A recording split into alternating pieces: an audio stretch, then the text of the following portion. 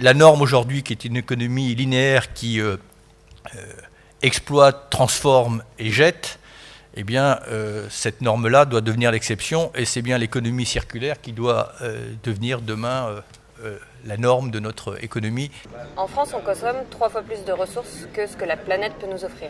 Donc c'est pour ça que l'économie circulaire est indispensable. Et l'économie circulaire, ce n'est pas seulement le recyclage, c'est aussi et surtout la réduction en amont, c'est-à-dire la réutilisation, par exemple de bouteilles, plutôt que de la consommation d'emballages jetables. Le président lui-même a repris dans son programme présidentiel ses objectifs qui visent, je le rappelle, c'est important de les avoir en tête, qui visent une économie 100% circulaire et en particulier 100% de plastique recyclé d'ici 2025 et une division par 2 de la mise en décharge à cette même échéance. Il faut convaincre, il faut dans ce domaine-là bousculer les habitudes. Curieusement, souvent dans les sujets que nous portons, les verrous qui sont les plus difficiles, c'est des verrous culturels.